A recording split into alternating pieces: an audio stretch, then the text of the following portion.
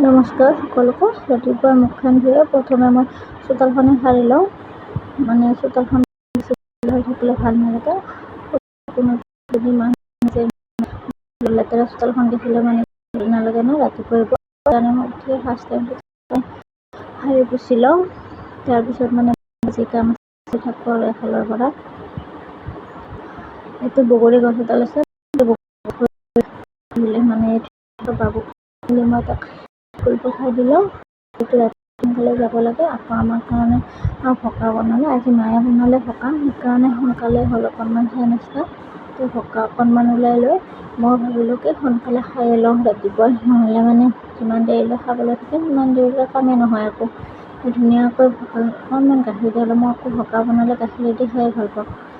সেইকাৰণে অকণমান গাখীৰ দি ভকাখিনি খাই লৈ আকৌ মাইনাকো খুৱাব আছে, তাইকো খুৱাব লাগিব। তাইক খুৱাওঁতে বহুত টাইম লাগে, সেইকাৰণে মই সোনকালে খাই লওঁ।